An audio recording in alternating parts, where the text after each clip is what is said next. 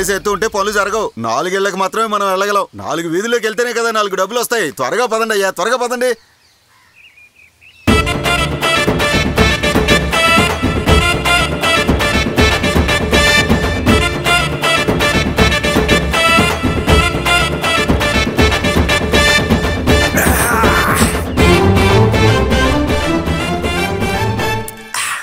ఏయ్ చిన్నదొరా, నీ ముఖానికి పెయింట్ వేయక్కర్లేదా?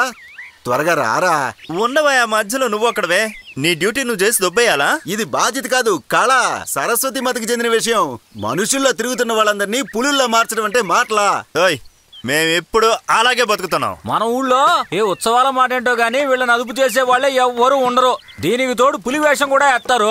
జేబుల్లో డబ్బులన్నీ గుంజేసుకుంటారు కదా. అవును, వీళ్ళు జేబులో కట్టలు పెట్టుకుని తిరుగుతుంటారు కదా. రేయ్ పోండ్రా, వెళ్ళి పని చూసుకుంటా.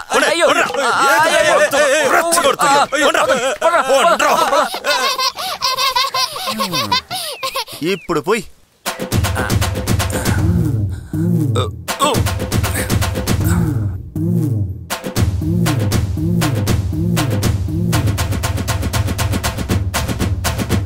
మన ఊరి ప్రజలందరికీ ఒక విజ్ఞప్తి. ఈ రోజు మన ఊరి మధ్యలో ఉన్న మైదానంలో దాదాపు సాయంత్రం 4 గంటల సమయంలో జరగబోయే మేక పోటీలో పాల్గొని ఆ పోటీలో గెలిచేదెవరో వచ్చి చూడాల్సిందిగా కోరుతున్నాం. ఈ పోటీకి మీరందరూ ఆహ్వానితులే.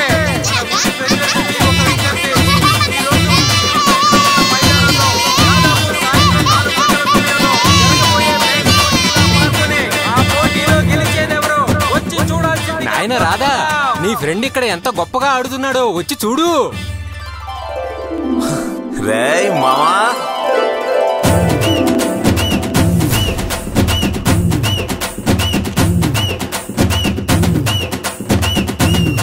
వీడు కూడా ఆడతాడా?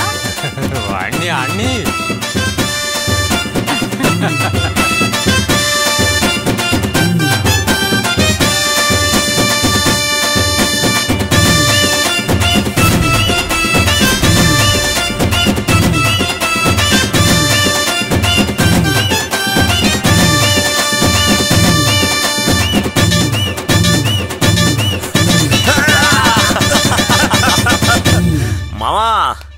ఈ రోజు పోటీలో నిన్నెవరు గెలుస్తారో చూస్తాను. నా బంగారం, నా బంగారు తల్లి.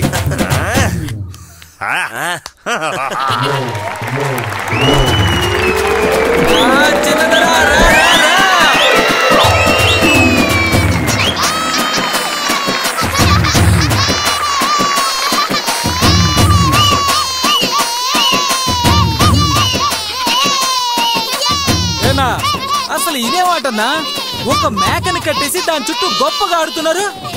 ఏమయ్యా, నువ్వు బయటూరు పడివా? అవును. ఈ మేకని ఏ పులైతే తన పళ్ళతో పట్టి తన తలపైకెత్తి పడేస్తుందో ఆ పులే శూరపులి, గెలిచిన పులి అని అర్థం. దానికి బహుమతి, డబ్బు అన్ని ఇస్తారు. అన్నా, నేను కూడా ఈ ఆటలో పోటీ చేయొచ్చా? ఊరికి క్షేమంగా వెళ్ళాలని లేదా? పోవయ్యా, నేను ఎంత లావు దున్నపోతున్నాయినా ఎదురించి తరిమి కొట్టేవాడిని. ఇక మేక నా కళ్ళకి పసిగుడ్డులా కనబడుతుంటే నేను మాత్రం కోరికి ఎత్తాలనుకున్నావా? ఇలాంటి పోటీకి దిగేవాడు ఈసారి ఎవరు కనబడలేదు అనుకున్నా. నువ్వు వీరుడివే. బాడీకి పెయింట్ వేసుకుని నువ్వు లోపలికి వెళ్ళి జరగండి.